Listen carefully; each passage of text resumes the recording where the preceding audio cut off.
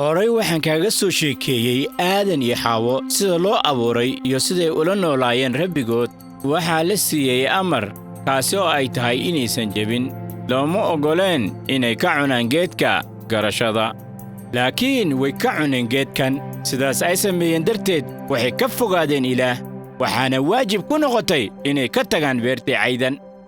Laakiin Ilaah wuxuu u hayay qorshe samata bixin weyn si ay dib ula midoobaan bini'aadamka. Waxay ahayd waqti dheer ka hor markii Aadan iyo Xaawo ka tageen beertii caydan. Dadka badankii way iloobeen Rabbigood waxay caabudaan qoraxda iyo bisha. Abraham reerkiisa iyo saaxiibadiis fiiri welimooyinka naxdinta leh ka dhacaya dhexdooda maalin kasta noloshooda. Xataa mararka qaar waxa ay arkaan nolosha carruur yaryar oo qurbaan ahaan loo bixinayo. Markii Abraham aabbihiis dhinto, waxaa la filayay in Abraham la wareegi doono doorka madaxa reerka. Laakiin intaas kadib wax lama filaan ayaa dhacaya. Ilaah ayaa amray Abraham inuu ka guuro magaalada oo uu bilowdo nolol cusub. Oo saas aawadeed Abraham wuxuu go'aansaday inuu sidaa yeelo, inuu Ilaah adeeco oo ku soo horjeesto dhammaan caadada-dhaqameedyada.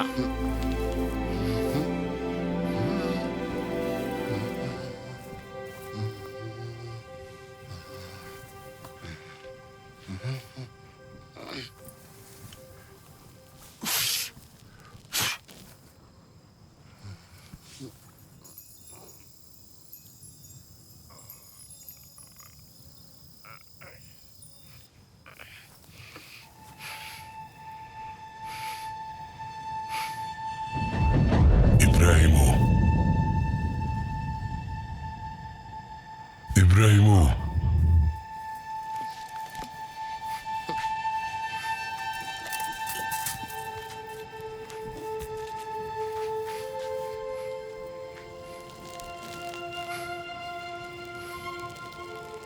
حابسن إبراهيم وعنكو أهي قاشان أبالمرين تادو ويوينان دونتا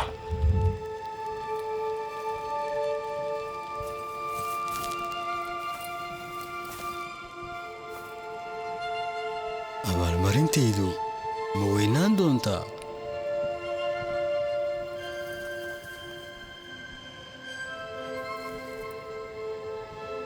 allah ilaahayow fiiri, waxaan dhiman doonaa anigoo carruur lahayn. midkay dhexli doono gurigayga waa adeegahayga Elyaasir. cunugii maadan siinin.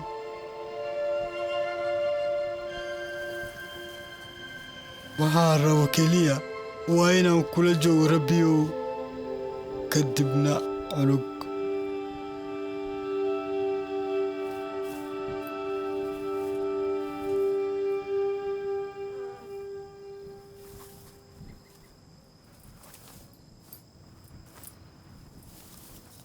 adeegahaagu kaama dhexli doono, balse cunug ayaa kugu dhalan doono, aabbana waad noqon doontaa.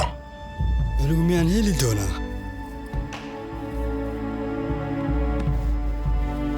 waxaan noqon doonaa aabbe. waxaan noqon doonaa aabbe.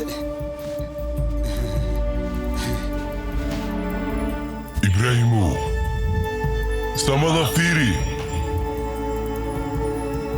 xidigaha tiri haddii aad awooddo.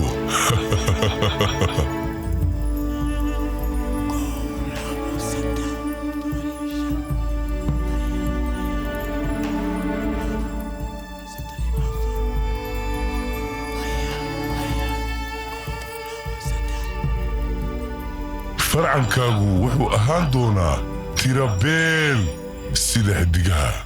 aabba ayaa noqon doonaa cunug. wax ilaahay ku culus ma jiraan. 1 2 3 anigu waxaan ahay Rabbiga kaa keenay magaaladii Uur si aan ku siiyo dhulkan si uu u ahaado hantidaada.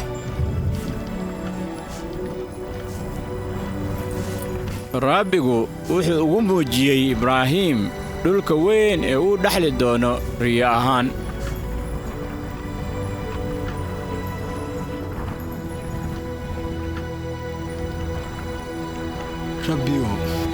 rabbiyow sidee baan ku ogaan karaa inaan dhulkaan lahaan doono? ma aniga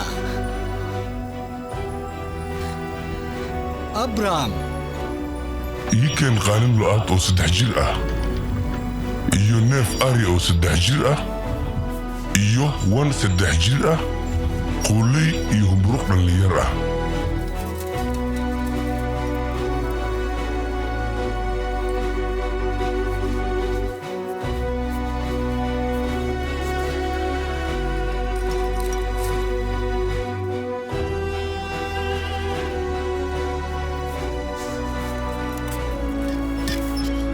ma xasuusataa siduu ilaah wax u baray aadan inuu bixiyo qurbaan xayawaan aan dembi lahayn dembigiisa aawadiis?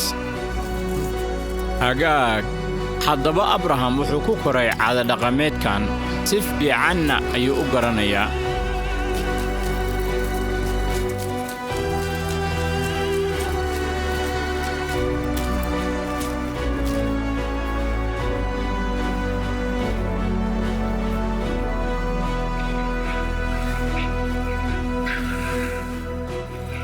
sidaas darteed abraham qurbaan ayuu u diyaariyey ilaah.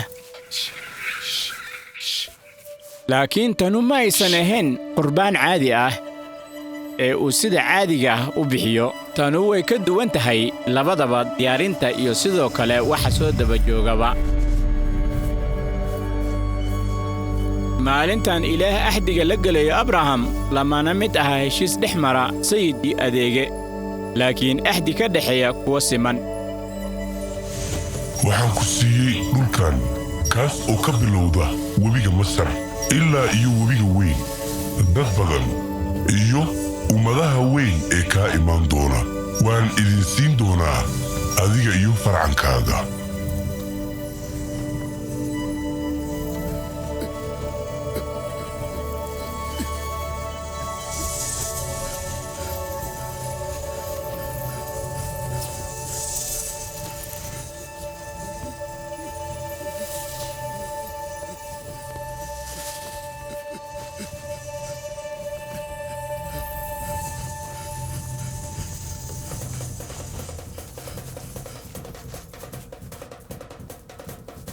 sahray sahray sahray sahray maxaad rabtaa duqyahow?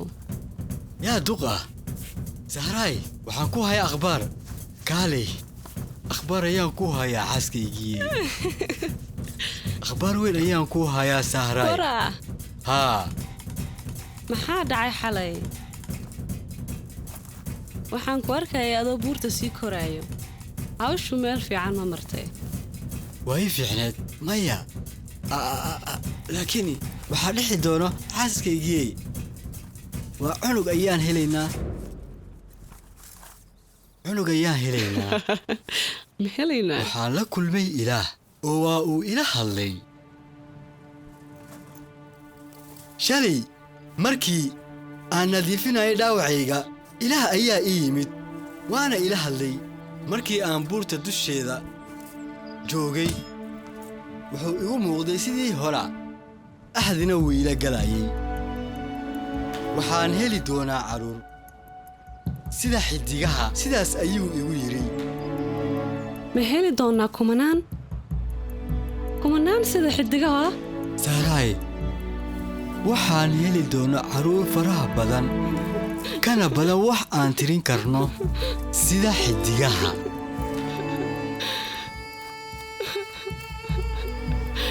farxankaagu xaaskaygii way badnaan doonaan, faraxannagu waa badnaan doonaa, oo ma jiro qof tirin kara sida xiddigaha. sida tan ayaa la ii soo sheegay. weligeeda hore uma dhicin. jacaylkaygii oo xoolaha dhexdooda holax ma ahayn wuxuu ahaa ilaah oo kaasi wuxuu ahaa axdi waa heshiis jecelkaygii laakiin aan isku dayno iguma dhicin hadda ka hor waan tijaabin karnaa mar kale wakhtigu waa uu isgurayaa 10 sano ayaa ka soo wareegatay ilaa markii ilaahay axdiga la dhigtay abraham oo uu ballanqaaday inuu cunug siiyo hagaag sahraay iyo abraham weli cunug ma haystaan hooyo ii waran oo fiicanahay ilaa iyo hadda labadoodaba samir la'aan ayay noqdeen 10 sano waa wakhti dheer in wax la sugaa ii waran soo dhow haajiro see tahay fiican mahadsanid iyo qoyskan ilmo la'aanta arrinkan waa waxa ay ka jecel yihiin wax walba oo adduunka dul saaran abraham kaalay haddaba sahraay waxay haysaa fikrad sida ay abraham wiil ugu dhali lahayd